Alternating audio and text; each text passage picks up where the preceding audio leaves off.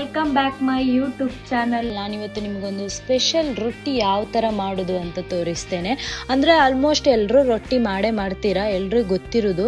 So ಅಲ್ಲಿ ಕಡೆ ಕೈಯಲ್ಲೇ ರೊಟ್ಟಿ ಮಾಡ್ತಾರೆ. ಇದು ಸಿಟಿ ಸೈಡ್ ಅವರಿಗೆ ಗೊತ್ತಿರಲ್ಲ, ಜಾಸ್ತಿ ಗ್ಯಾಸ್ ಯೂಸ್ ಮಾಡ್ತಾರೆ. ಸೊ ಒಲೆ ಹಚ್ಕೊಂಡು ಇದು ಯಾವ ರೀತಿ ರೊಟ್ಟಿ ಮಾಡೋದು ಅಂತ ಇವತ್ತು ಫುಲ್ ವಿಡಿಯೋದಲ್ಲಿ ನಿಮಗೆ ತೋರಿಸ್ತೇನೆ.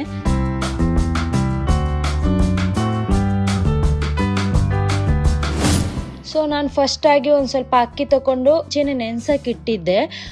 ಇವಾಗ ಗ್ರೈಂಡ್ ಮಾಡೋಕ್ಕಂತ ಹೋಗ್ಬೇಕಾದ್ರೆ ಕರೆಂಟ್ ಇರಲಿಲ್ಲ, ಅದಕ್ಕೋಸ್ಕರ ನಾವು ಕಲ್ಲಲ್ಲೇ ಗ್ರೈಂಡ್ ಮಾಡ್ತಾ ಇದ್ದೇವೆ. ತುಂಬ ಗ್ರೈಂಡ್ ಮಾಡ್ಕೋಬೇಕು, ಕಲ್ಲಲ್ಲಿ ಮಾಡೋದು ಸ್ವಲ್ಪ ಕಷ್ಟ ಆಗುತ್ತೆ, ಆದರೂ ತುಂಬ ಟೇಸ್ಟ್ ಚೆನ್ನಾಗಿರುತ್ತೆ. ನಾವೇ ಮಿಕ್ಸಿಯಲ್ಲಿ ಗ್ರೈಂಡ್ ಮಾಡೋದಕ್ಕಿಂತ ಕಲ್ಲಲ್ಲೇ ನಾವು ಗ್ರೈಂಡ್ ಮಾಡಿದರೆ ತುಂಬ ಟೇಸ್ಟ್ ಚೆನ್ನಾಗಿರುತ್ತೆ. ತುಂಬ ಗಟ್ಟಿಯಾಗಿ ಸ್ವಲ್ಪ ಗ್ರೈಂಡ್ ಮಾಡ್ಕೋಬೇಕಾಗುತ್ತೆ, ಯಾಕಂದರೆ ನಾವು ಕಲ್ಲಲ್ಲಿ ಅದನ್ನು ರೊಟ್ಟಿ ಮಾಡಬೇಕಾದ್ರೆ ತುಂಬ ತೆಳ್ಳಗಿದ್ರೆ ಚೆನ್ನಾಗಿ ಬರಲ್ಲ. ಸ್ವಲ್ಪ ಗಟ್ಟಿಯಾಗಿ ಗ್ರೈಂಡ್ ಮಾಡ್ಕೊಂಡಿದ್ದೇವೆ. ಇನ್ನು ಗ್ರೈಂಡ್ ಮಾಡಿ ಎಲ್ಲ ಆಯಿತು. ಇನ್ನು ಮುಂದೆ ಯಾವ ರೀತಿ ರೊಟ್ಟಿ ಮಾಡೋದಂತ ತೋರಿಸ್ತೇನೆ ನಾನು ನಿಮಗೆ.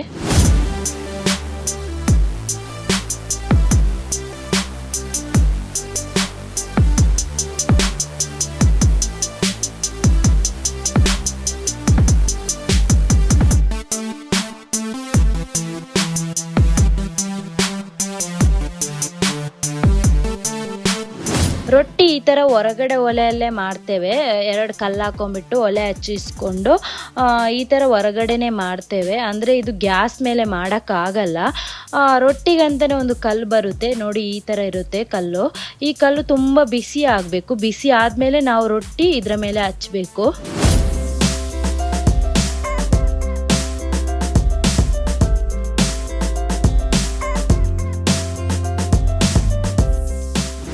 ರೊಟ್ಟಿನ ಕಲ್ಲು ಬಿಸಿ ಆಯಿತು. ಇವಾಗ ರೊಟ್ಟಿ ಮಾಡೋಕ್ಕೆ ಸ್ಟಾರ್ಟ್ ಮಾಡುವ. ಈ ಥರ ಕೈಯಲ್ಲೇ ಚೆನ್ನಾಗಿ ಕಲ್ಲಿನ ಮೇಲೆ ರೊಟ್ಟಿ ಹಚ್ಚಬೇಕು. ಇದೊಂಥರ ದೋಸೆ ಥರನೇ ಕೈಯಲ್ಲೇ ನಾವು ಶೇಪ್ ಮಾಡಬೇಕಾಗುತ್ತೆ.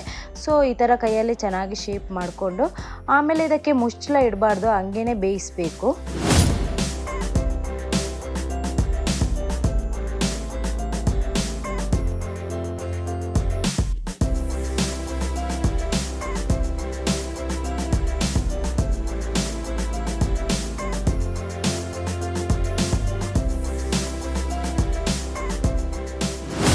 ನೋಡಿ, ರೊಟ್ಟಿ ಬೆಂದಾಯಿತು. ಇವಾಗ ಕೌಚಿ ಹಾಕ್ತಿದ್ದೀವಿ.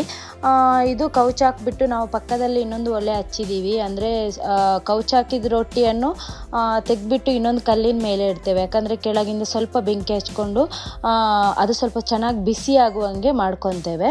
ಸೊ ಇವಾಗ ಎಲ್ಲ ಆಲ್ಮೋಸ್ಟ್ ರೊಟ್ಟಿ ಎಲ್ಲ ಮಾಡಿ ಆಯಿತು. ಇವಾಗ ತಿನ್ನೋದೊಂದೇ ಬಾಕಿ.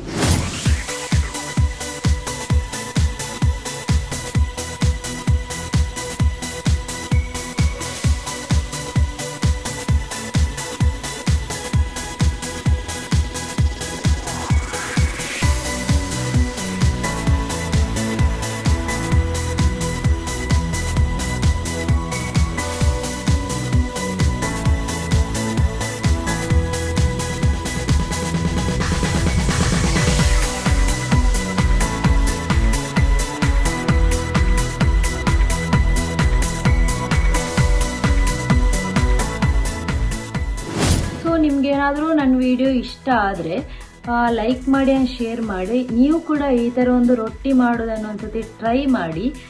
ಸೊ ನನ್ನ ವಿಡಿಯೋ ಏನಾದರೂ ಇಷ್ಟ ಆದರೆ ಸಬ್ಸ್ಕ್ರೈಬ್ ಮಾಡಿ ನನ್ನ ಚಾನಲಿಗೆ ಆ್ಯಂಡ್ ಶೇರ್ ಮಾಡಿ. ಟಾಟಾ, ಬಾಯ್ ಬಾಯ್.